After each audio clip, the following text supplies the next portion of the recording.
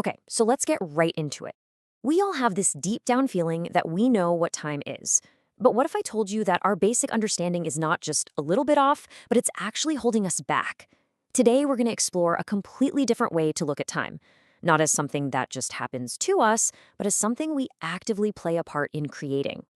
I mean, you've felt this, right? That sense that the days and weeks are just a current, and we're all being pulled downstream, whether we like it or not. It's a super common feeling, this idea that we have very little control. But you know what? It's also a trap. So, how do we get out of that trap? Well, first, we've got to realize we're dealing with two totally different kinds of time. And believe it or not, the ancient Greeks had this pretty much figured out. They didn't see time as one single thing. Nope, they saw it as two distinct concepts. And the push and pull between them, well, that defines our entire lives. First up, you've got Chronos. This is the time you're probably most familiar with. It's the clock on the wall, the calendar on your phone. It's the seconds, the minutes, the hours just ticking away. Chronos is that predictable mathematical grid that structures our lives. It's necessary for sure, but it is only half the picture. And then you have Kairos. Now, this is a whole different animal. Kairos doesn't care about how long something takes. It cares about the meaning of the moment. It's that sudden flash of inspiration, that perfect window of opportunity, that one decision at a fork in the road that changes absolutely everything that comes after. It's the messy, emotional, subjective side of time. And here's where it gets really interesting. Think of Chronos like the sheet music. It's the structure, the tempo, the rules of the song. It's fixed. But Kairos? Kairos is the melody you actually play. It's the feeling, the interpretation, the soul you pour into the notes. Our lives are this constant dance between the rigid structure and the melody we create within it. Okay, so if we've got both structure and melody, why do we so often feel so powerless? Well, a huge part of the problem comes down to the metaphors we use to think about time. And we're about to take on the biggest, most common one of them all, time as a river. You've probably heard this idea before from the ancient Greek philosopher Heraclitus. For thousands of years, it's shaped how we think. It gives us this image of time as a constant, unstoppable flow. We're either standing on the bank, just watching it all go by, or we're stuck in a little boat, being carried along by a current we can't possibly control. And this right here is the problem. It's a massive problem. The river metaphor makes us one of two things, a passive observer or a helpless victim. Either way, we have no real agency, no real say in the matter. We're just along for the ride. And that's not just a little depressing, it's just not true to how we can actually live. All right, so it's clear we need a better metaphor. We need a new model that takes us out of the passenger seat and puts us in the driver's seat, or maybe more accurately, in the musician's chair. So let's check out two really powerful new ways to think about this, the loom and the harp. The loom is a pretty good step up. In this one, Chronos provides the fixed vertical threads, and our choices, our Kairos moments, are the threads we weave across them to create the tapestry of our life. It's better because it gives us a role. But honestly, we can go even further, to a metaphor that gives us radical control, the harp. This is the central idea. Just let that sink in for a second. Time isn't some external force. It is an instrument. And the strings on that instrument, those are the choices you've made, the choices you're making right now, and the ones you will make.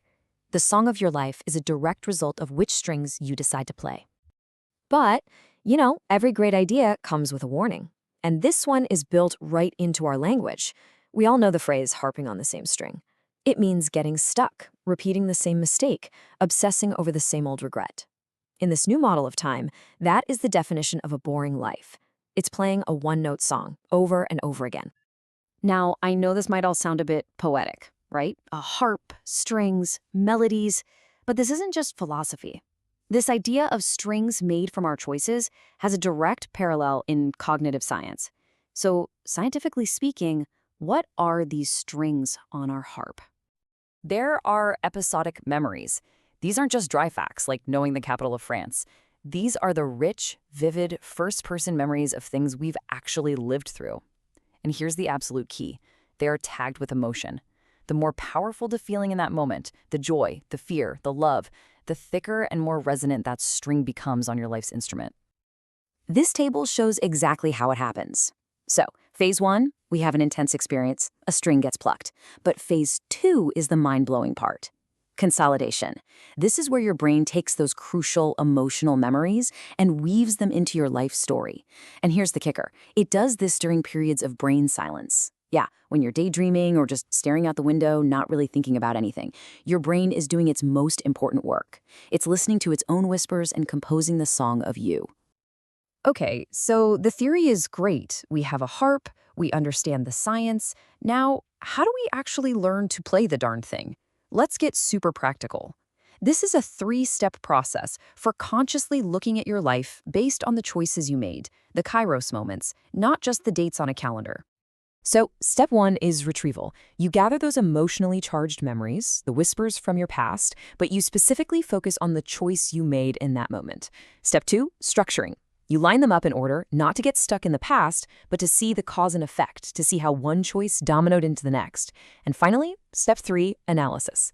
You step back, look at the patterns, and understand the song you've been playing so you can start to consciously compose the next verse. And what's so critical here is avoiding the traps at each stage. In retrieval, the risk is just listing facts without the feeling. You're basically ignoring the music.